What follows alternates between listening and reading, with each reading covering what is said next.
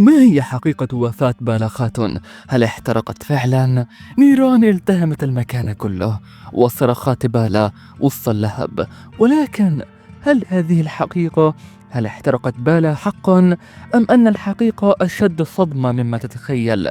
وماذا ذكرت الرواية التاريخية عن وفاة بالا؟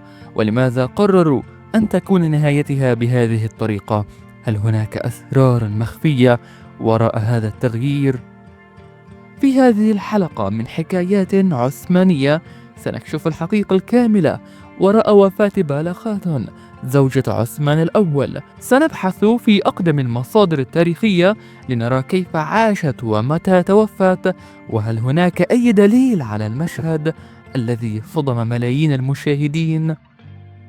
تابع الحلقة للنهاية ودعمنا باشتراك ولايك، لأن القناة في بدايتها كما ترى. بالا خاتون لم تكن مجرد امرأة في حياة عثمان، بل كانت ابنته قبل أن تكون زوجته، ابنة الشيخ أديب علي، أحد أهم مشايخ الدولة العثمانية، نور تركمان كما يلقب.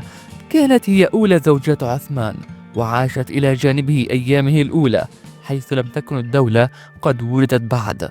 وفاتها في المسلسل كان مشهدا صادما، كوخ يشتعل، النيران تلتهم كل شيء، وبالا تختفي وسط ألسنة اللهب.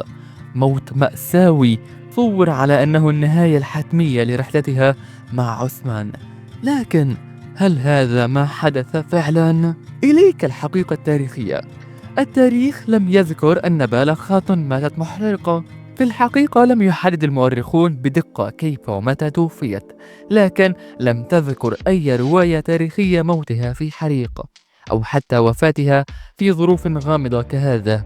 بعض الروايات تشير إلى أنها عاشت حياة هادئة حتى وفاتها بشكل طبيعي بعد أن شهدت على تأسيس الدولة العثمانية.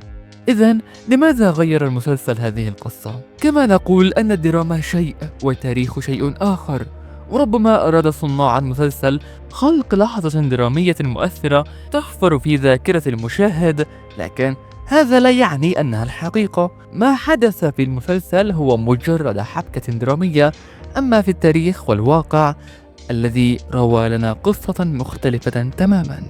إذن الحقيقة واضحة، بالا خاتون لم تمت محترقة، ولم يكن موتها مأساويا كما شاهدنا على الشاشة. لكن السؤال الأهم، لماذا يتم تغيير هذه الحقائق؟ هل هو مجرد إبداع درامي أم أن هناك أهدافا أخرى؟ في النهاية تبقى الحقيقة دائما في كتب التاريخ، حتى لو حاول البعض جعلها أكثر دراما. الآن شاركونا آراءكم، هل كنتم تعتقدون فعلا أن بالا ماتت محترقة؟ واكتبوا لنا ماذا تريدون أن نقدم لكم في الحلقات القادمة من حكايات عثمانية.